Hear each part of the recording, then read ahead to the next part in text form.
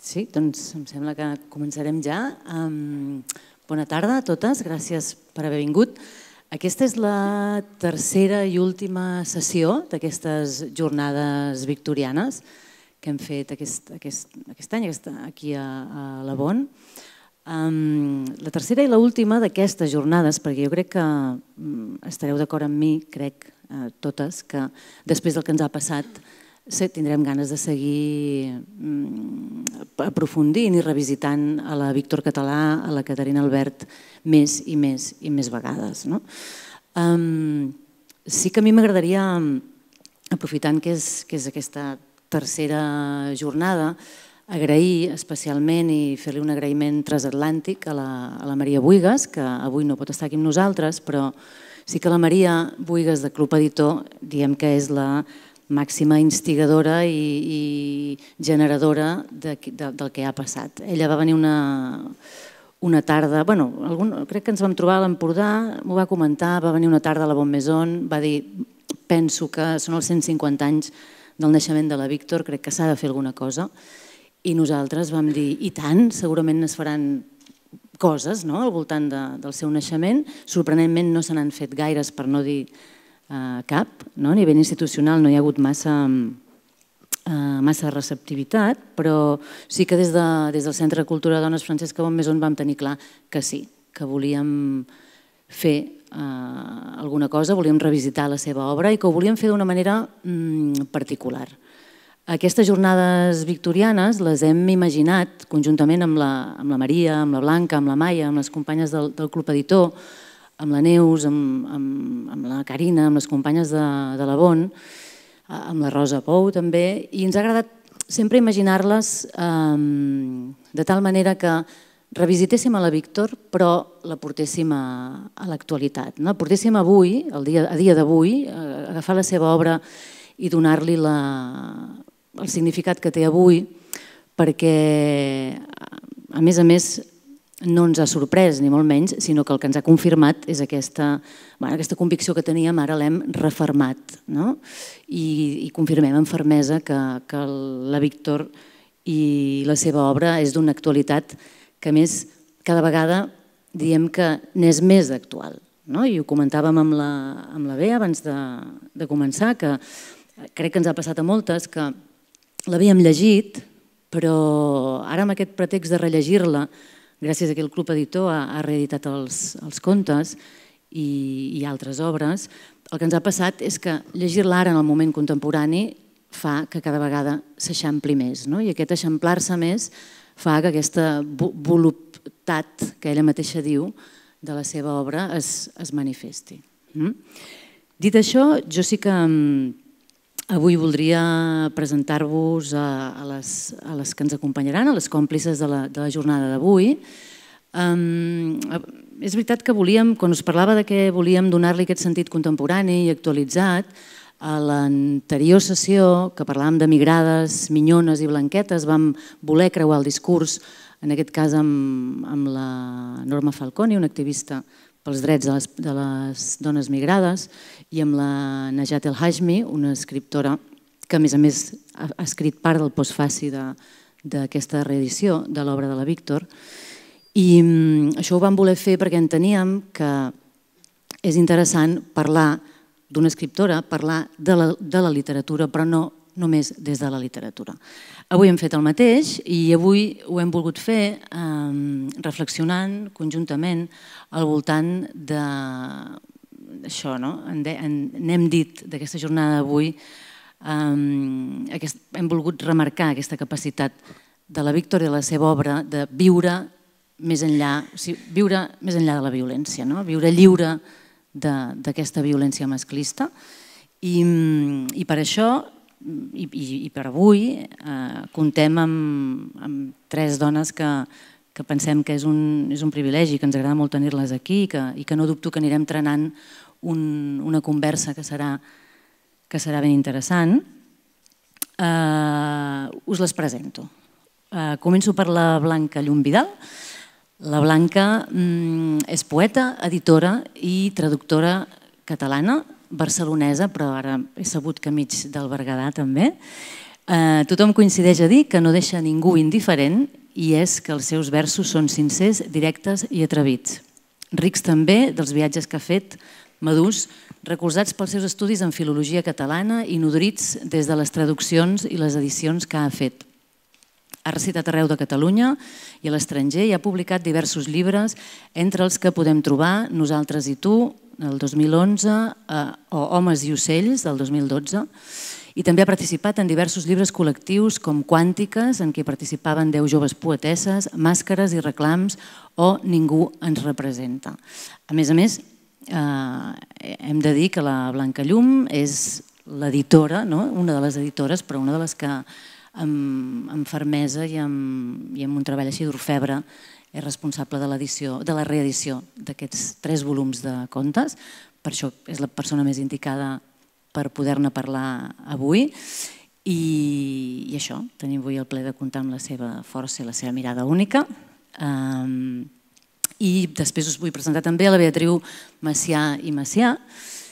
La Bea ens explica que a ella la va seduir Barcelona fa anys, tot i que és del Delta de l'Ebre.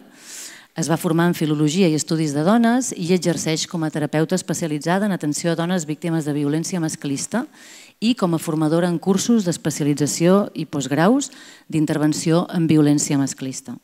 També va participar en l'elaboració i redacció de la Llei 5/2008 dels drets de les dones a erradicar la violència masclista i va crear, juntament amb altres companyes, Tamaia, Viure sense violència, amb la intenció de donar suport i acompanyar a la recuperació de les dones que enfronten les violències masclistes.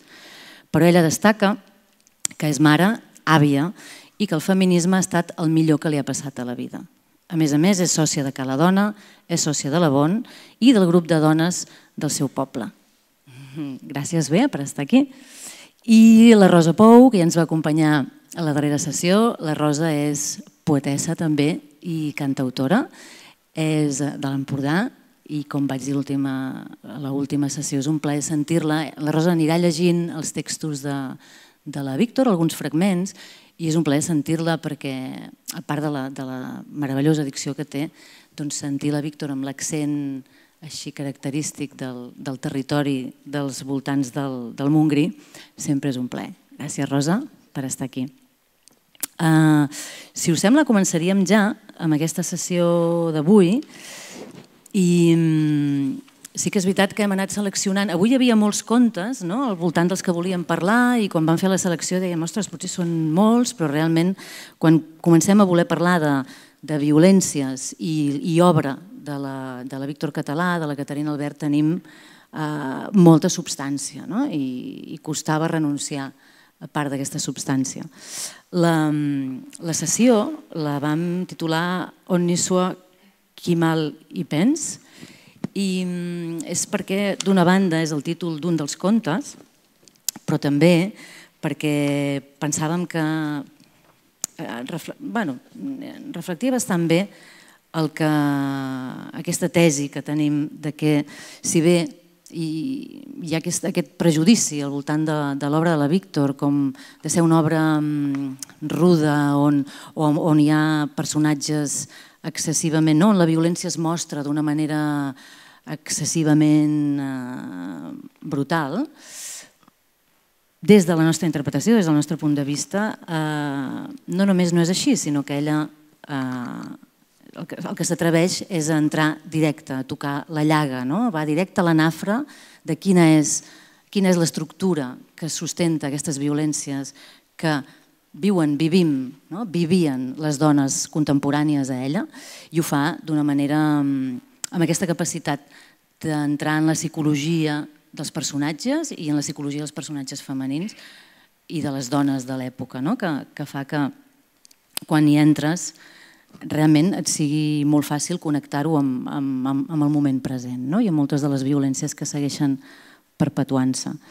Aquest títol, suposo que moltes ho sabeu, però és un títol que és com l'ensenya del molt honorable ordre de la Lliga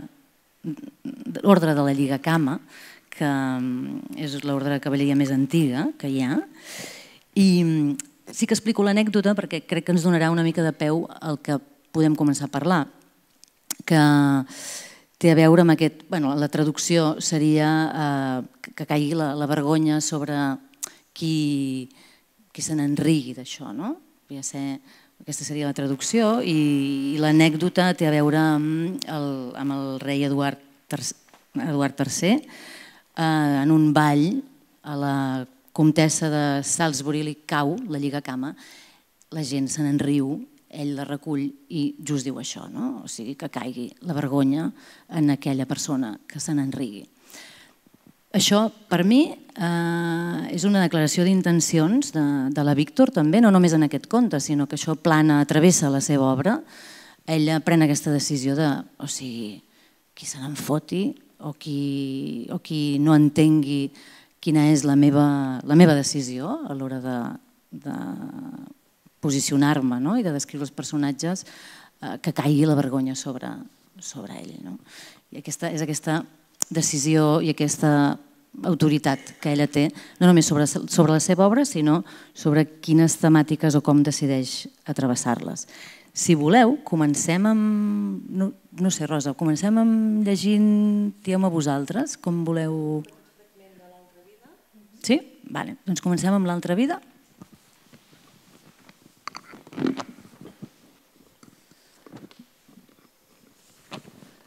En donar-se mig compte del que havia fet, el desventurat, com un embriac, havia eixit al balcó, tal com es trobava, i els seus udols havien tornat a ressonar. Després anaren a cercar el metge, que ja no podia adobar més la tragèdia. Pensava que eren lladres. Ells empenyien la porta per fora. Jo aguantava per dins amb el cos. La porta ha cruixit. Jo m'arrapo a la barra i estrenyo tant com puc, mentre cridava gent. Però no era la barra. Era...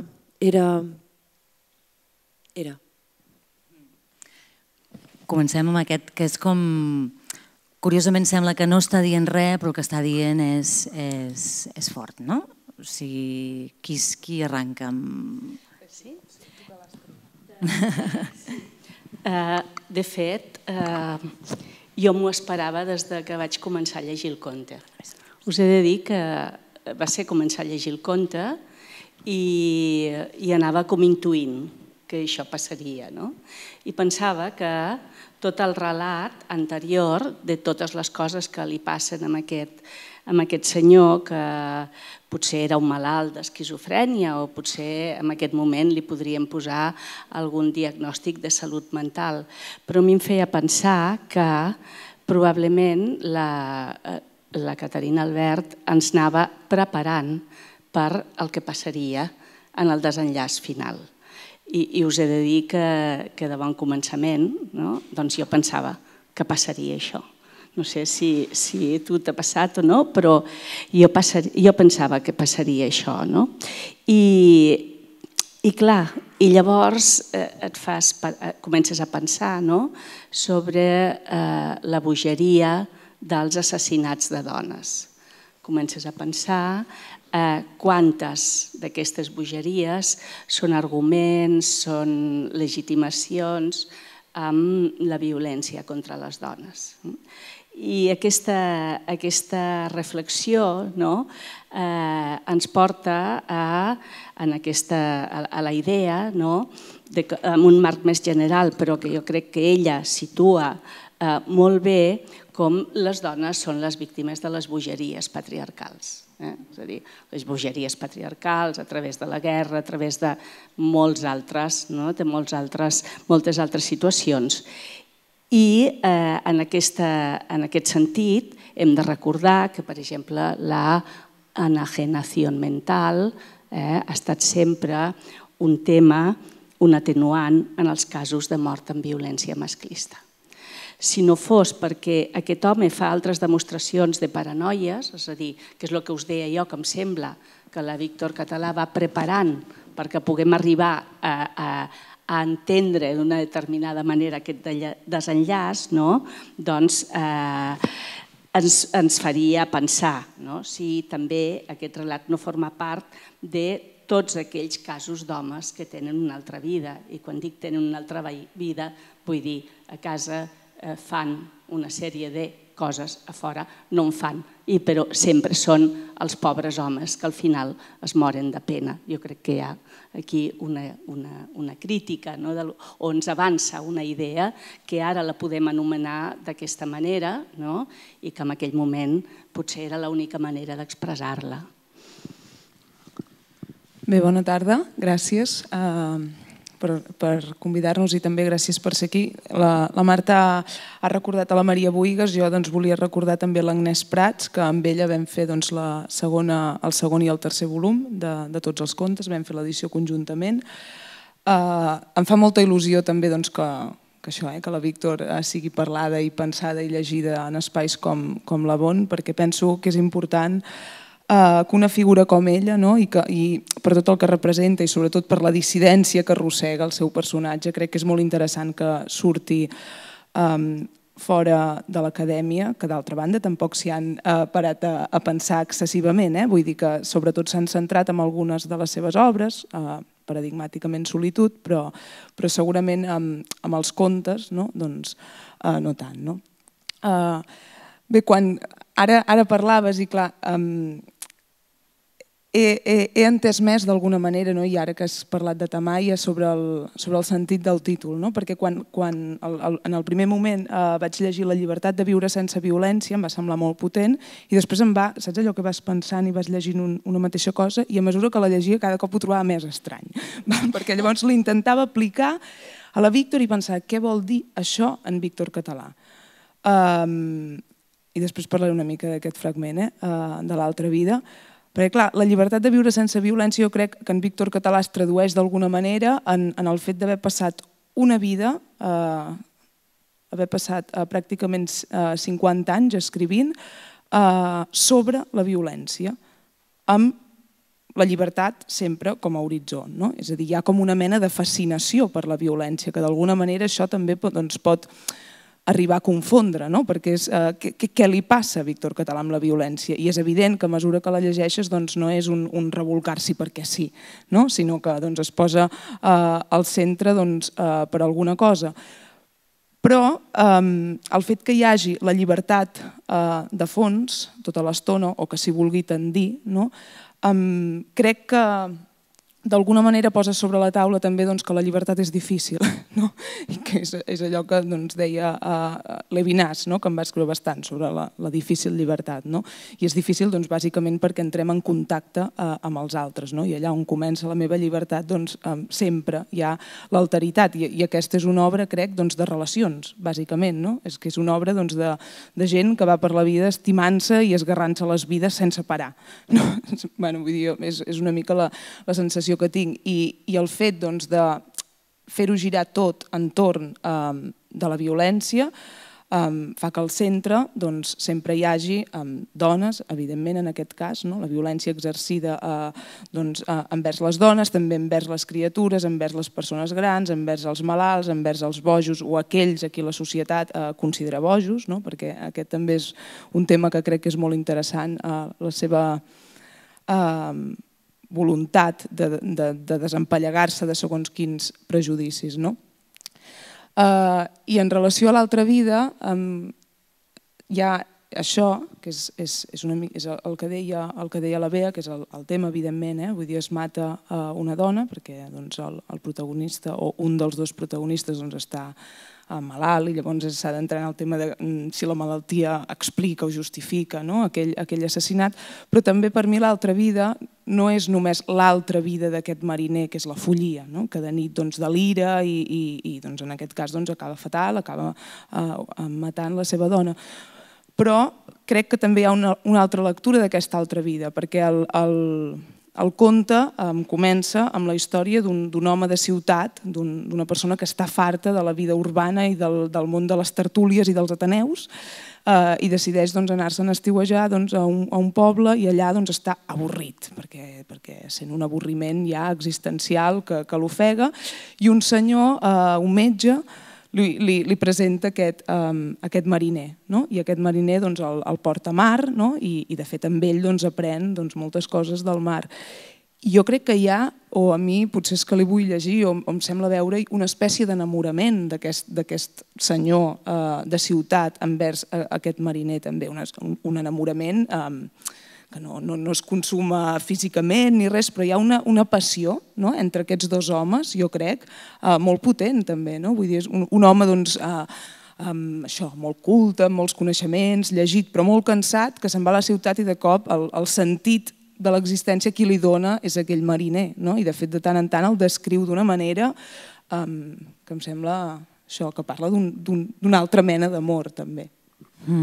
Sí, és curiós això que dius, Blanca, i una mica en la línia del que deia la Bea. En aquest conte una cosa que crec que aconsegueix molt bé ella, a part de la tensió dramàtica que va desenvolupant, que tu dius aquí alguna cosa passarà, perquè hi ha aquest amor que plana entre ells dos, però crec que descriu molt bé aquest corporativisme masculí que es genera a vegades al voltant de les violències que s'exerceixen vers les dones, i en aquest cas és un corporativisme que no és explícit, sinó que és, per exemple, a través de l'enamorament d'aquest altre personatge, tu, clar, veus aquest pescador, el veus, o sigui, fa una descripció que gairebé tu l'estàs llegint i tu mateixa acabes pensant que és incapaç de fer el que acaba fent. O sigui que trama tan bé la història i sobretot crec que el que explica i apunta molt bé, que és una mica el que deia la Bea, és aquest, quan hi ha moltes vegades que hi ha un cas d'un assassinat per violència masclista, el relat és, ostres, és que era encantador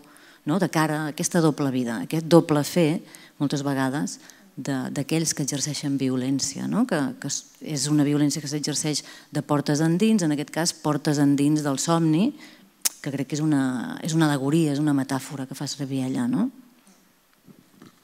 Bea? Disculpeu que abans no he agraït i no he dit de poder participar perquè això m'ha permès tornar a llegir la Víctor Català i adonar-me'n de moltes coses. Jo crec que, com diu em va ajudar per situar-me llegir la introducció que fa la Elena Alvarado en la col·lecció de clàssiques catalanes i ella diu que la Caterina Albert coneix els feminismes estrangers i que els situa a Catalunya amb normalitat. Ho plantejo perquè crec que és significatiu en relació amb com ella tracta també el tema de la violència. I a més perquè també la descripció que fa moltes vegades dels personatges femenins en moltes de les històries jo crec que responen a aquest coneixement i a aquesta identificació.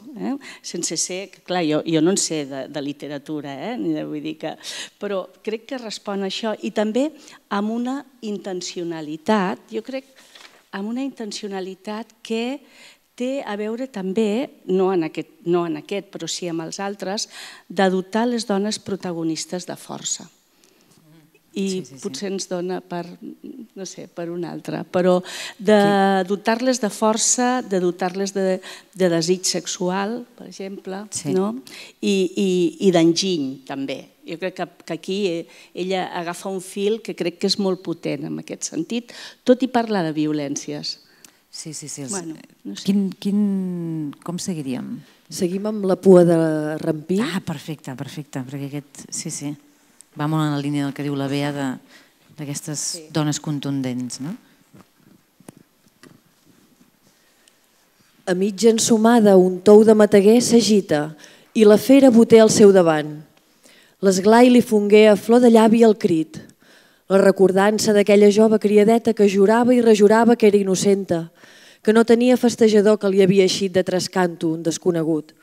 I una altra recordança, més dolorosa encara, la de la mort tan jove de la mare, colpida d'una malura misteriosa i inexplicable per tothom del mas, però revelada secretament abans d'afinar a la tia de Soriola.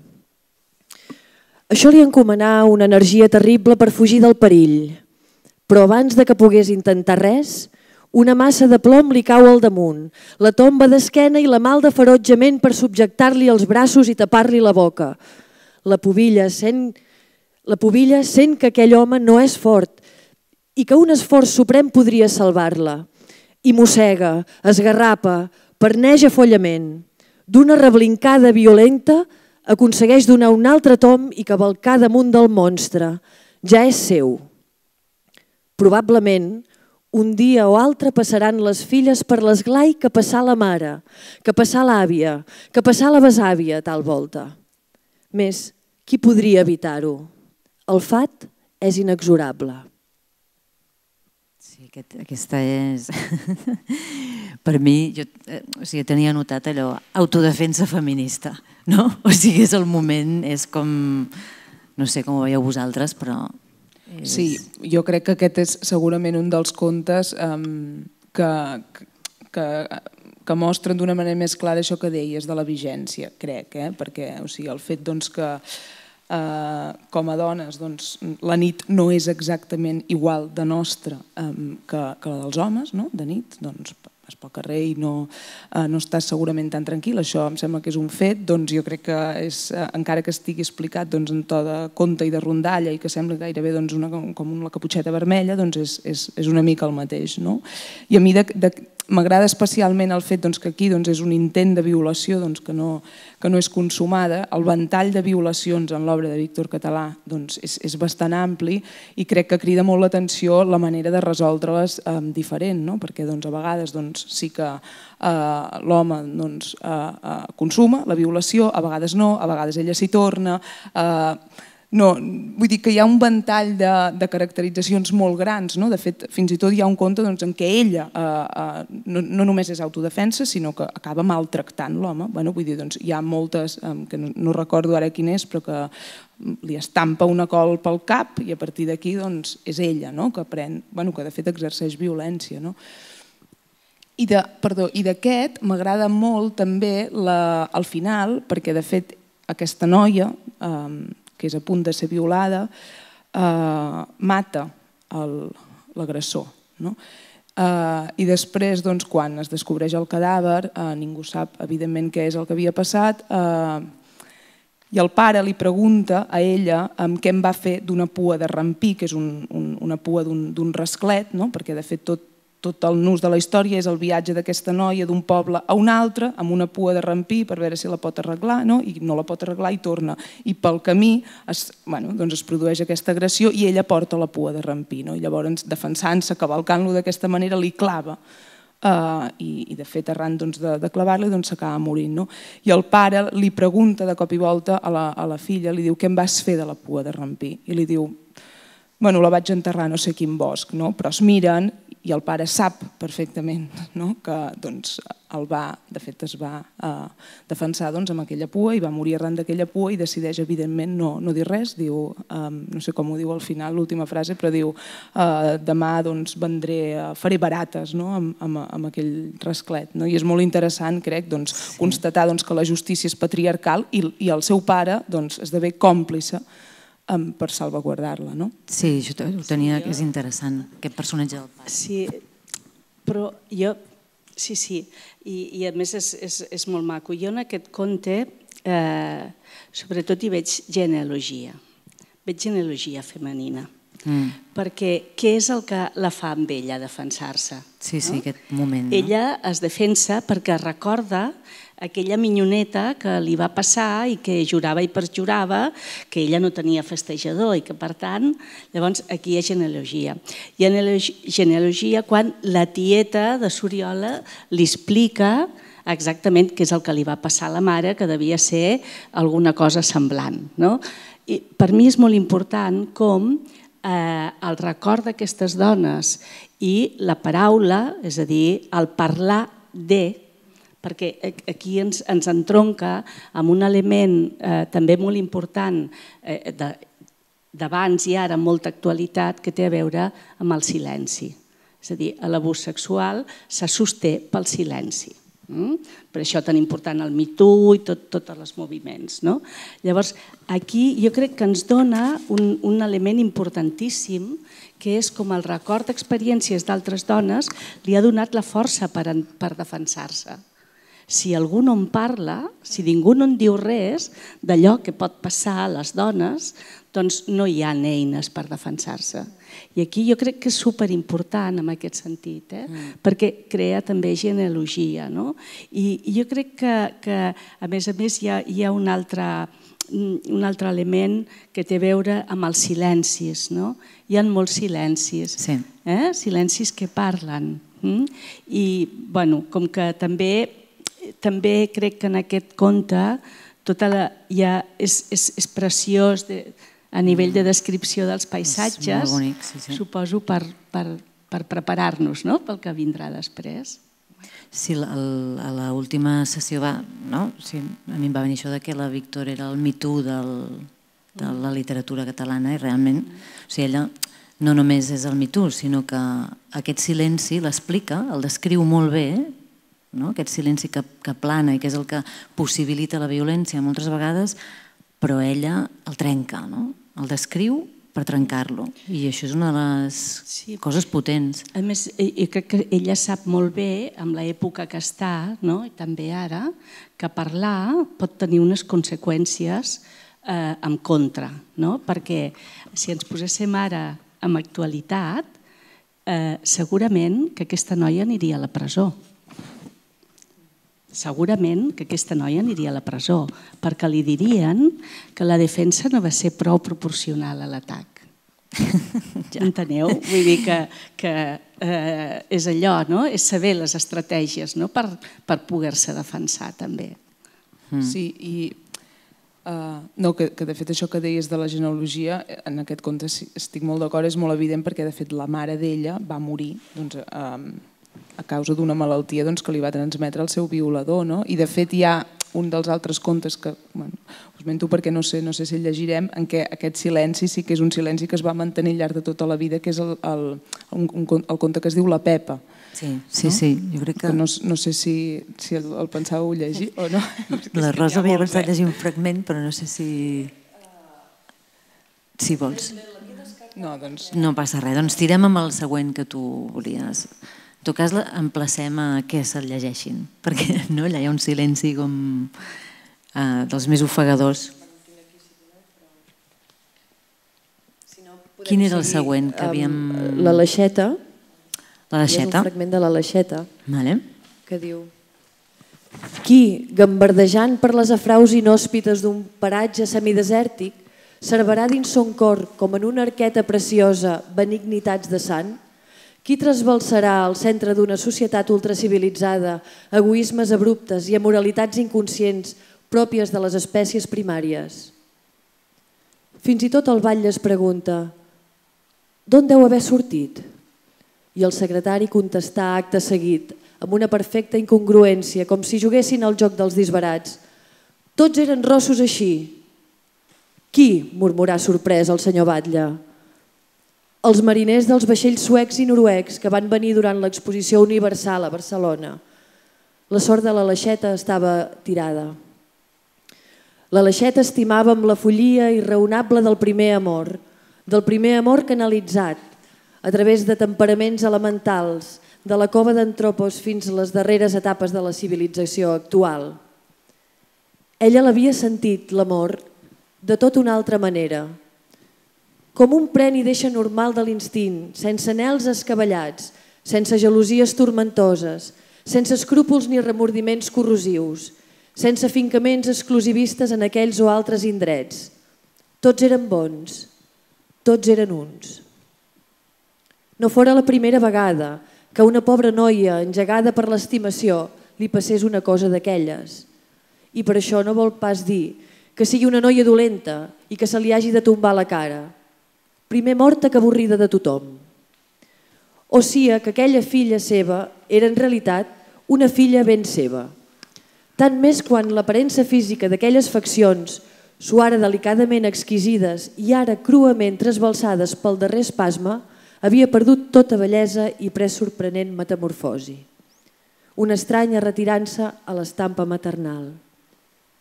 Està clar, amb una mare així, què volies que passés? Aquest és brutal, eh? A mi d'aquest conte, no sé vosaltres, però una de les coses que m'impressiona és com la Víctor explica tots els dispositius del racisme que plana sobre aquesta dona gitana, drapaire, com parla d'aquest marit problemàtic, si m'encanta aquest allò, el marit problemàtic, i com descriu també, l'explica com, tot i això, és una dona lliure, va arribant amb ara una criatura, ara una altra, com el poble va parlant d'ella, com es va construint tota aquesta imatge. I no sé, sí, però crec que aquí hi ha aquest element de deixar molt clar com es construeix el racisme sobre aquesta dona, no només la pròpia misogínia. Jo crec que també és interessant tenir present que aquest conte ja és de l'any 1951, perquè han passat ja 20 anys més, que la Pua de Rampí és dels anys 30 i aquí ja estàvem en ple franquisme, i llavors crec que és molt interessant perquè són llibres que de fet se suposa que van haver de passar censura. Dic se suposa perquè, segur, no hem anat a l'arxiu de la censura encara, tot i que amb la Maria és una de les coses que dèiem. No sé, tinc la intuïció, potser m'equivoco molt, que no crec que la censuressin gaire i és curiós que no la censuressin en el seu cas, potser perquè la consideraven una mena de mòmia, així com modernista, com si diguéssim Verdaguer ara, i llavors com si fos una cosa inofensiva, però escriure segons què en ple franquisme i colar-li en el censor tan tranquil·lament és curiós, i posar sobre la taula, perquè aquest és l'últim conte de la seva obra, és l'últim text que va escriure. Jo crec que és molt interessant emmirallar-lo amb el primer, que és La infanticida. La infanticida és un monòleg teatral del 1898, crec, que de fet és el motiu de l'escàndol i és el motiu del pseudònim, de fet, i que la infanticida és una noia també que rep dues violències, la de l'amant i la del pare, i que de fet ens parla des d'un manicomi i la violència del pare, la metàfora és una falç, que l'amenaça tota l'estona. Això és el principi de l'obra i el final de l'obra, que és un cercle que de fet parla d'una obra molt pensada. És l'Aleixeta amb una noia que s'acaba esventrant ella de viu en viu. I llavors crec que és bastant potent i a més aquest és l'últim conte de Jubileu i el primer de Jubileu jo crec que és un dels grans contes de Víctor Català que es diu El diàleg prismàtic, perquè de fet allà parla literalment de feminisme i això crec que és molt interessant perquè de vegades s'ha fet la pregunta, però a veure, Víctor Català era feminista o no? Jo crec que les etiquetes amb ella en general li van grosses, totes, no la de feminista, sinó totes, perquè de fet ella reivindica no tenir-ne, ella ho diu, però tot i així a Jubileu té un conte en què fa, a més la tria és espectacular, és a dir, fa parlar de feminisme, literalment, a dos senyors. No a dues dones, no a un home i una dona, sinó que jo crec que diu molt de la seva actitud vital, que faci parlar dos senyors, un d'ells és un carca i l'altre és una mica més obert i li ve dir, bueno, els teus prejudicis mil·lenaris capitularan, li acaba dient, i acaba l'obra amb un conte com l'Aleixeta, que efectivament hi ha aquest contrast entre la filla i aquesta mare tan... Això, que... Sí, amb molts prejudicis que el context li aboca, però que de fet a mesura que evoluciona molt també la seva relació amb la seva filla. El que a mi em creava dubte, perquè com que a l'inici comença a parlar de la Mònica, de la gitana, i pensava, és una dona que exerceix la seva llibertat sexual, perquè pensar cada vegada torna amb una criatura diferent, vull dir, cada un sembla que no n'hi ha cap que en sigui igual, i de la manera que parla del marit, et preguntes, aquesta dona té relacions així com vol o els embarassos tenen a veure amb la quota de sexe que tenir cada vegada que es troba amb aquest marit invisible. Aquí llavors també un altre punt que em semblava és important de dir, ostres, ara diríem reciclatge, no? Els gitanos sembla que n'han fet sempre de reciclatge, no? S'ha d'anar comprant i venent i arreglant, i també en aquest sentit, quan dèiem el tema del feminisme o no, i dins la idea aquesta de crear personatges de dones molt potents, la capacitat de negociació de la Mònica per arribar a millores per cada vegada està millor, és a dir, ara tinc aquest trosset, ara tinc l'altre, ara m'he col·locat aquí, ara m'he col·locat allà. Jo crec que a mi em fa pensar en aquesta idea. A mi aquest conte em va colpir molt perquè el que hi veig també molt rellevant és tot, ara diríem, tema de classe,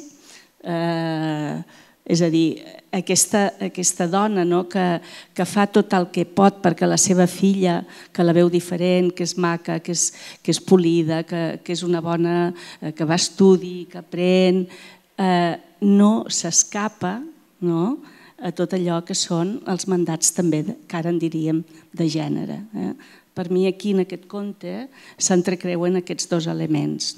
Per una part el tema de classe, és a dir, tu no et pots desclassar, no pots sortir d'allà on et toquen, i una de les frases del final és ja veus com de qui és filla, què em podies esperar, i l'altre són els mandats de gènere. És a dir, tu pots, diguem-ne, pujar una mica, pots ser una noia ben vista, aprendre, ara, a la que t'enamores, i un altre punt que em semblava que era important, i poses en joc el teu desig, la teva sexualitat, i tens relacions sexuals, llavors t'exposes a l'embaràs, llavors aquí sí que ja és l'estigma, que té a veure amb el travessament de gènere que hi ha aquí, i que malgrat tots els esforços que fa la mare, i tot, a mi m'ha arribat molt tot el patiment de la mare per poder advertir la seva filla i per no trobar les maneres de dir-li, com adonar-se en compte també d'aquesta incomunicació, d'aquesta incomunicació fins a un final tan terrible, i tot el tema dels pobles, del safareig que es fa, de quina manera condicionen. També és un punt que crec que ella també potser reflexa, no sé si posant en qüestió o no, però malgrat tot també sempre troba personatges que són positius. Sempre hi ha dones que s'ajuden fins i tot en aquests contes, i jo crec que aquest és un element que es va com rescatant. Sí, sempre deixa nosaltres diem com una finestra, una porta entornada, sempre hi és, dins d'aquestes situacions hi ha una sordidesa, sempre hi ha allò, el personatge, la situació que deixa oberta aquesta esquerda. Amb quin seguim, Rosa? Seguim amb novel·leta. Novel·leta per parlar del tema de com es verla el tema de classes o com és com ideal. Una tarda, a l'entrar a Cal Carolí, el senyor Reguera tancà la porta amb clau i al baixar a rebre'l la noia, com tenia per costum sempre que el sentia, se li tirà al damunt traïdorament, tractant de subjectar-la entre sus braços. Un crit ofegat s'escapà de la gola de la sorpresa i no gosar repetir-lo més vibrant per no alarmar a la pobra àvia, que així com així tampoc podia baixar a socórrer-la. Lluitaren en silenci, ella esbufegant, ella alçapremada per la ira i la besarda que li centuplicaven les forces. A la fi, pogué descloure la tenalla d'ossos que l'oprimia i amb un esforç suprem se desempallegà del brètol, expulsant-lo de si amb violència. Rebatut, caigué de costat a terra, pesadament, com un sac de sorra molla, mentre ella, d'un salt de daina, s'aplantava a la porta i, girant la clau, fugia al carrer més de pressa que s'està per dir-ho. Panteixant i escabellada, mentre prenia alè i s'allisava el cabell, el veiem mig de l'entrada com estabornit i després, aixecant-se lentament sobre un braç, palpant-se el muscle i el colze malmesos. De por que la casualitat portés per allí un caçador que pogués veure'l en aquell estat, tornà a entrar i repte, encirada tota ella, en actitud greu de nèmesi, estirar el braç i, sense dir paraula, signar el vençut durament la porta. Ell tremolava tot com una gota d'argent viu. Fent una contracció dolorosa, se posà de genolls i arrossegant, arrossegant, arribar fins prop d'ella. Tenia un aire lamentable de derrota i humiliació. Confegí penosament. No sé el que m'ha passat, un mal punt. Perdoni'm, l'estimo tant, Nieves. Ella repetia amb més altivesa encara el gest implacable. Surti d'aquí de seguida i no posi més els peus en aquesta casa. Una altra guanyadora, no? Sí, i aquí el que sí que és interessant és que al llarg de tot el relat estàs pensant això, no? Aquesta tensió de classe, de si es desclassarà o no, què passarà, veus a venir que potser no i al final té aquest desenllaç bastant particular, no? Sí, particular i que d'alguna manera posa una mica en entredit el fet que sigui guanyadora, no? Suposo d'alguna manera també, però sí, jo crec que és de tot el que deies d'aquest creuament de gènere i classe és un dels textos en què és més evident, no? A mi d'aquest fragment sempre m'ha cridat especialment l'atenció i és una de les coses que no sé per què em fan com més mal gairebé, el fet que quan ell se li tira a sobre allò que fa que ella no cridi és l'àvia malalta, no? Justament aquest èmfasi, que és punyetera, és molt punyetera. Sí, no es deixa cap detall. Són aquestes coses petites, que és com, no fot un crit, no demano ajut, justament perquè una altra dona, la meva àvia, està aquí dalt malalta i total tampoc no em podrà ajudar, i de fet el patiment seu encara serà més gros perquè no em podrà ajudar. Llavors sempre són aquests petits detalls, que això també passa... Passa amb d'altres, amb Carnaval també passa, però en molts textos que et vas trobar en moments que van enfortint el dolor, però d'una manera molt subtil. Sí, en aquest, tot el que heu dit, totalment d'acord. I també veiem el tema aquest de classe i de gènere i com acaba la novel·leta és realment impactant, perquè, molt bé, ella d'alguna manera es venja, i aquí també hi veig una part de venjança, ella hi fa venjança, i aquí hi veig algunes coses en relació amb el tema de com les lliçons de masculinitat, aquí jo veig lliçons de masculinitat d'un home cap a l'altre, de com un home fa aprendre a l'altre, en el jove, a com ho ha de fer per realment tenir amb una dona subjecta, i aquí surt la perversitat per aconseguir allò que volen i la rancúnia, surt la vilesa també, quan un home es troba rebutjat per una dona i llavors com a partir d'aquí fa tota una trama que després al final tampoc no té aquests efectes. Però clar, ella d'alguna manera es venja amb la manera que pot. Jo el que també em trec d'aquí és que el patriarcat també fa mal als homes. Sí, això a l'obra de la Víctor tota l'estona està bastant clar. Jo crec que ella descriu molt bé la psicologia dels personatges femenins, però els masculins també, i surten mal parats a vegades, que és allò que dius realment... Hi ha uns quants patriarques que s'hi deixen la pell a l'obra, vull dir que... Sí, i a més ella, jo crec que una de les grans característiques d'ella és la capacitat per posar-se al lloc de l'altre i de l'altre radicalment contrari, a vegades entre personatges i entre ella mateixa, perquè de fet hi ha un conte que aquí no està triat, però que es posa al lloc d'un home d'una manera espectacular, que és el Calvari d'en Mitos, que és un home que es casa amb una dona i de fet la dona no l'estima, de fet és un matrimoni obligat, i llavors ella al principi es revolta contra el rebuig i el menyspreu d'ella, però fa tota una evolució psicològica subtilíssima fins que ell l'acaba compadint, acaba empatitzant i solidaritzant-se amb una dona que diu, és que clar, l'han venuda. Vull dir que està molt bé com ella es posa al lloc també de l'home, moltes vegades, vull dir que sí, completament d'acord. Sí, i a mi d'aquest, que potser per qui no l'hagi llegit o no el conegui, potser sí que hauríem d'explicar més o menys la trama, que és una filla d'obrera, obrers, que s'enamora del fill del patró i es prometen, ell li promet que es casaran i això no passa, s'acaba casant amb la filla del diputat, però al final de tot es casa amb el patró, amb el pare del... Vull dir que ella fa aquesta venjança, però el que a mi sempre m'ha cridat molt l'atenció d'aquest conte és com tot això succeeix, que és tot un seguit d'infortunis i de desgràcies, per un silenci.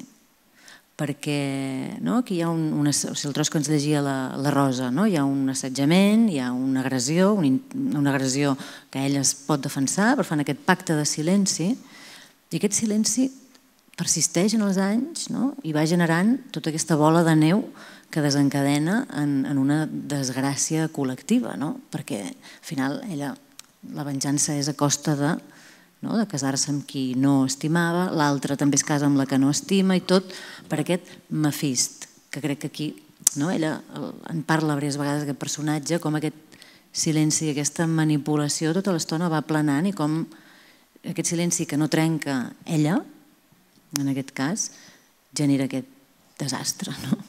És que jo sí que hi veig una part de venjança, però no només. També hi veig una mica com que el cercle se li estreny tant al voltant que no té altra sortida.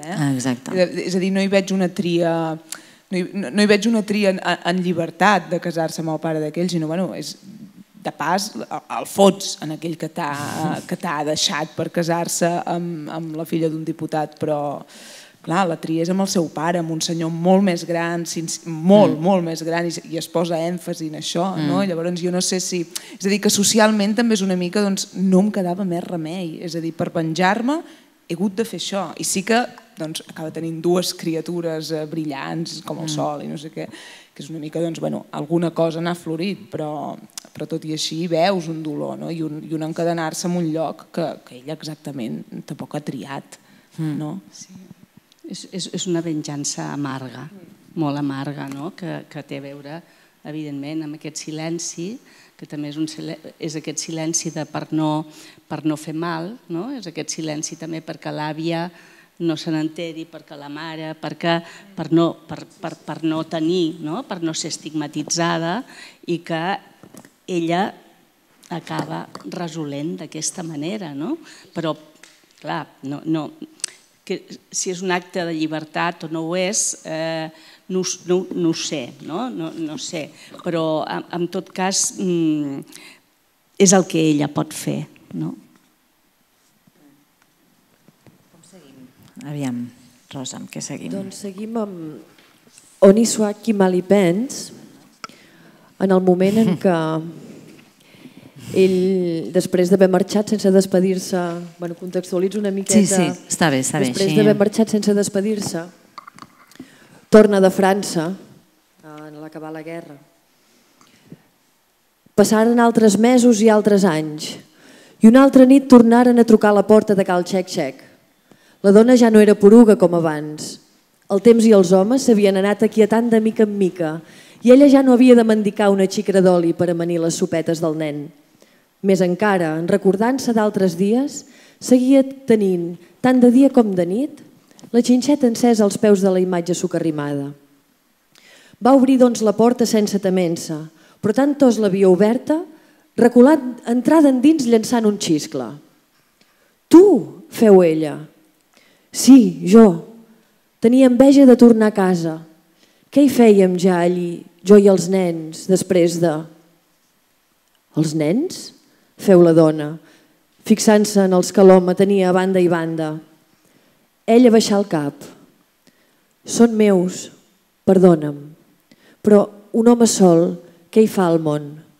I ara, morta ella, no els podia pas deixar emparats, comprens? Un fill és un fill. Però el d'aquí bé vas deixar-lo, feu ella sense aixecar els ulls. Era jove aleshores i no tenia seny, però ara he corregut món, he agafat experiència. I després d'un punt de suspensió, repetí amb humilitat la pregunta: em perdones? I si et perdono, què? Preguntà ella indecisa. Ell aixecà vivament el cap, de sobte escotorit. Si em perdones, viurem aquí, amb tots els nens. Jo he dut diners de França. Amb tots els nens? Feu ella encara rumiosa. Sí, amb tots. I doncs? Una altra pausa, ell burxar ansiós. Què hi dius, Riteta? Ella va fer lentament a mitja veu. És que jo també... Què? També en tinc un. Ell va riure. Però que ho sé, dona, Miquelet. No, un altre. La mirava encantat sense acabar d'entendre-la. Ella semblava que recités una cançó. Veuràs una dona sola, què hi fa al món? I bé que tenia de donar menjar al petit. Llegidor amic. Fou que recularen temps enllà vers les èpoques originàries en què no s'havien inventat encara per les ànimes senzilles els paranys de les convencions, o bé que saltaren d'una gambada cap als temps a venir, durant els quals hagin aquelles pogut passar de moda i no constitueixin en relació a certa mena de problemes cap nosa insalvable? Jo sols puc dir-te que ara com ara, en Nando Mas Llorenç i la seva muller, xec-xecs per mal nom, viuen en santa pau i harmonia, enrondats dels 4 fills, els quals mengen com un malgrà i ja van a estudi. Impressionant. O sigui, riu-te'n del poliamor neoliberal. No? T'anava a dir, o sigui... Sí. És que aquest, bueno, ja, aquest s'explica per ell sol. Sí, és aquesta... dir, doncs això, que és igual el que pensin, no? Arriben a una resolució... Sí, i a més és molt interessant, jo crec que al principi, o sigui, posant tant d'èmfasi en el fet que ell no acaba d'entendre al principi què vol dir ella quan li ha explicat que la seva experiència és haver tingut altres fills, és l'exemplificació màxima que el poliamor i l'amor lliure a vegades te l'apliques a tu, no? Però llavors quan el veus en l'altre, i sobretot en l'altra dona, doncs sembla que costi d'assumir, no? I jo crec que és interessantíssim al final, i ell ho diu d'aquesta manera, perquè diu alguna cosa de Hollywood i després diu això d'en santa pau i harmonia, que em sembla genial, no? I per tant, doncs... I aquí repeteixo, això també, en ple franquisme, és molt fort. Víctor Català proposa altres models familiars, no? I per tant, doncs... I a més, altres models que surten ben parats, o sigui, no hi ha cap tensió, cap conflicte, això és així, no? I allò abans de la família patriarcal i temps a venir, potser, quan ja... Boníssima, és boníssima. També crec que també reflexa una realitat, no? Que és amb l'exili i amb el fugir molts homes que van marxar i que van fer la seva vida i després també tenien un altre, vull dir, després també tenien i les dones també refeien la seva vida. Clar, però aquesta és la part que no s'explicava, no? Hi havia aquesta cosa de la rereguarda passiva. Això és el que no s'explicava, però la realitat era aquesta, ho dic perquè jo en conec 3 o 4 del poble, vull dir que allò de que molt bé, sempre són ells els que marxen, no? Però, bueno, després també com aquest exercici de llibertat que posa en qüestió tot això que dèieu, també el tema de la fidelitat, del matrimoni, en fi, com es fa... et deixa bé aquest. Ogni sua qui mal hi pensa, és així. Amb quin seguiríem, Rosa? A veure. En principi ja és l'últim. Ah, sí. I és un fragment de Carnestoltes. Sí, aquí seguim en els manifestos. Aquest és un manifest que les famílies no normatives poden tenir desenllaços alegrement feliços. I aquest és un altre text que també ens anima a altres formes. Llavors la cambrera perdé el fre del respecte i caient de genolls als peus de la senyora li agafà una mà i la hi omplí de petons i llàgrimes. Me perdoni, senyora meva.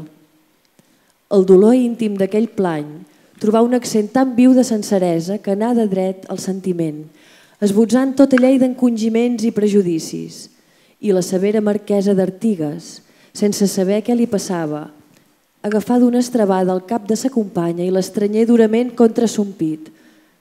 Restaren abraçades una estona, l'una ofegant-se en son entendriment feréstec i l'altra mig esvaïda d'aventura. Estimava amplament, fortament. Aquí. Què importava aquí? A una criatura humana, a un altre ser com ella. No era l'objecte de l'amor el més punyidor i interessant d'aquell miracle, sinó l'amor mateix, aquella gran afecció calda i serena, aquell afecte viu que la lligava a quelcom vivent, traient-la de la buidor vaga, de l'isolament mústic en què fins aleshores havia viscut. Perquè el que lliga i aconhorta no és pas el que dels altres ve a nosaltres, sinó el que de nosaltres va generosament als demés. El que donem, no el que ens donen. Brillant. Jo em dic el manifest LGTBIQ tot l'abecedari de Víctor, perquè és com aquest cant a l'amor, i a més també hi entra el tema de classe, la marquesa amb la cambrera i aquest amor lèsbic que ho travessa tot. I clar, estem a principis del 20, quan escriu això. Exacte, jo crec que és... Aquí tenim la senyora que li deien modernista, estampant a la cara dels noucentistes amb el seu programa polític i cultural de l'ordre i reaccionari, un amor lèsbic amb una naturalitat bastant increïble, i a més crec que és molt especial la manera que ho fa, perquè com que és l'amor entre una marquesa i la cambrera més vella, hi ha aquesta cosa per entremig de la religió.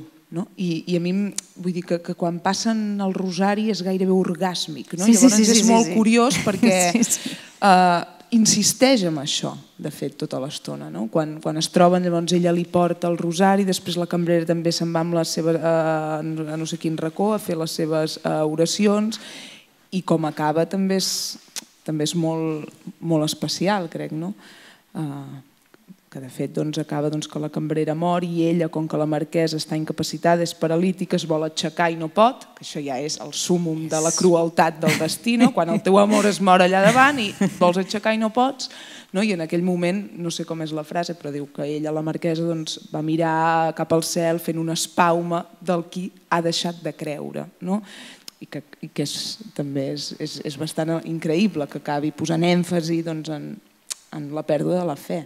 Sí. Jo trobo que aquest punt és realment, és preciós també. D'aquí em ressaltava quan diu, per mi és significatiu, quan diu s'acompanya.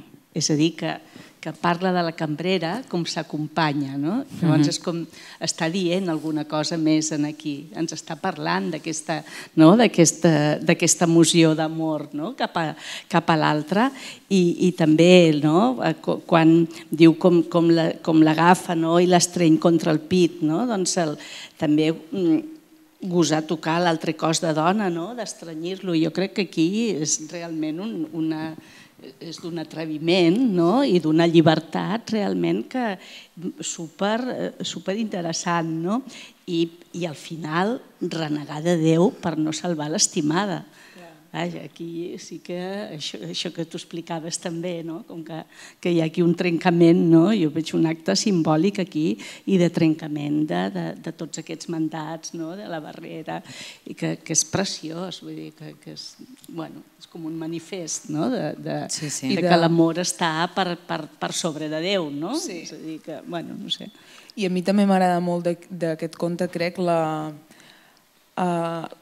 l'obertura a la descripció de la feminitat, perquè crec que és molt interessant com descriu físicament la marquesa, perquè de fet diu que té cara de vell senador romà, i llavors va insistint en uns trets molt virils en aquesta dona, i això, de fet això passa a vegades amb alguns personatges que el gènere sembla que balli una mica, i no és el primer, vull dir, el Nonat Ventura d'un film 3.000 metres, de fet també a vegades penses, és gairebé un ésser que frega la bisexualitat per arribar a una mena d'asexualitat, però és que en aquest cas és molt interessant com descriu aquesta marquesa, i no sé per què físicament pensava amb alguna foto de la Víctor. Oh, i tant, no. Saps? Que apareix amb la barba, amb un ble, que em sembla espectacular, no? Un ble que reivindica ella.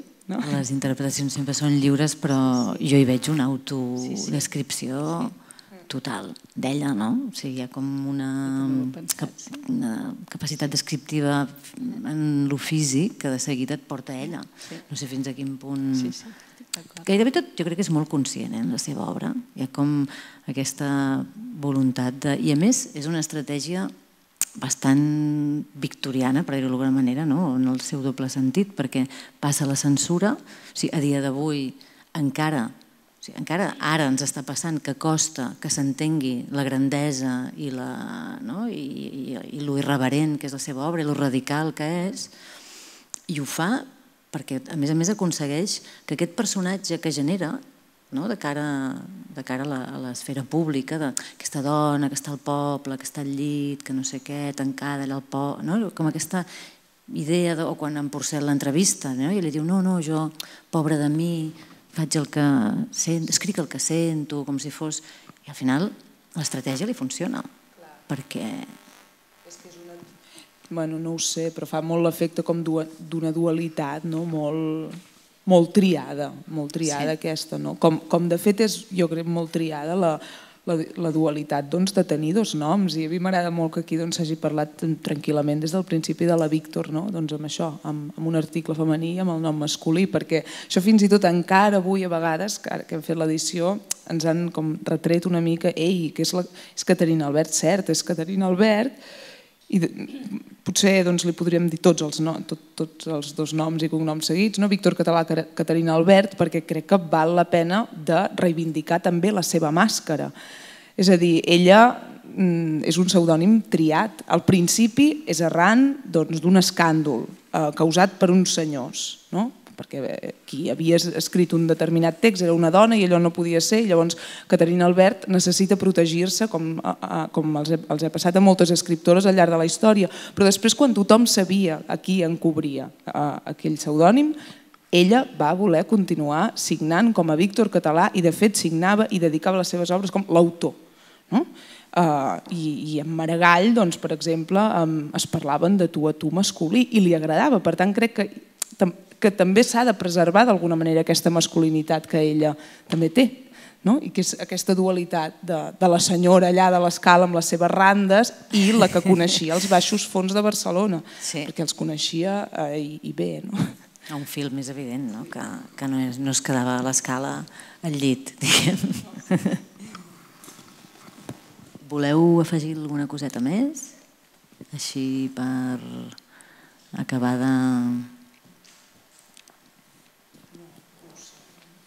Potser obrirem a veure si hi ha algú que té ganes de fer alguna pregunta, alguna intervenció, però en tot cas sí que jo espero que amb aquests comentaris haguem generat ganes de revisitar i rellegir a la Víctor Caterina, perquè... Jo potser només una reflexió que també em venia, llegint així comentaris i tal, que deien massa cruesa per una ploma femenina, i em plantejava com amb la cruesa dels seus escrits jo crec que hi ha un intent també de significar la hipocresia, de com són mirades les dones en els ideals de feminitat. Crec que hi ha aquí un intent de significar això i de poder-ho posar de relleu. És a dir, aquesta hipocresia amb aquests ideals, amb com són tractades per molts homes, i també la cruesa del món al que s'exposen. És a dir, que ella això ho posa de relleu i penso que ho posa de relleu especialment, diria, en el món rural. I entenc que aquí pot haver també un element que té a veure amb que en el món rural és un espai de llibertat en certs aspectes, però també és un espai molt més sotmès a control i a escarni. I crec que ella ho posa allà com algo que vol significar també. Sí, és veritat que té aquesta radicalitat multidimensional, perquè atravessa tantes coses. D'una banda els personatges que descriu, el que passa, de què parla, que ningú en voldria parlar, quin tipus de dones ens explica, com ho fa, i ella mateixa, amb aquesta decisió, d'aquesta estratègia de la doble, aquesta identitat múltiple. Sí, jo crec que en general és una mica una mena d'escaquimat a la majoria de convencions socials, i el cant que fa el Roig del conte La Nin, que a més també té la Marinera, que fa ser un conte amb un personatge que es diu el Roig i el gos es diu La Nin, també. Vull dir, fa un cant d'amor a un bohemi, total, captaire, però ella li diu bohemi. Sí, diu moltes coses, no? Hi ha tanta entrelínia a la seva obra que per això crec que rellegir-la tota l'estona t'aporta... I a més hi ha una cosa que potser que no l'hem dit i que crec que és important, i és el català de la llengua. O sigui, utilitza una llengua que encara avui és emocionant, no? Té una riquesa que... Uau, i com a cada frase no escatima en cap moment res, no? I això és bastant impressionant, també. Sí, jo crec, no sé, a mi m'agrada molt, o així m'agrada llegir la literatura, no separant el sentit i la llengua. I crec que per dir tant detall vital i existencial doncs feia falta tenir molta orella, perquè llavors com que escriu aquest ventall tan enorme de situacions, de reaccions, de maneres de relacionar-se, que li feia falta tenir l'orella molt entrenada, realment, perquè sigui una de les grans mines lèxiques de la literatura catalana, perquè de fet ho és, no? És que és una cosa que dius, però com pot ser? Bàsicament, clar, calia molta orella, vull dir, i ho expliquen, de fet, que ella...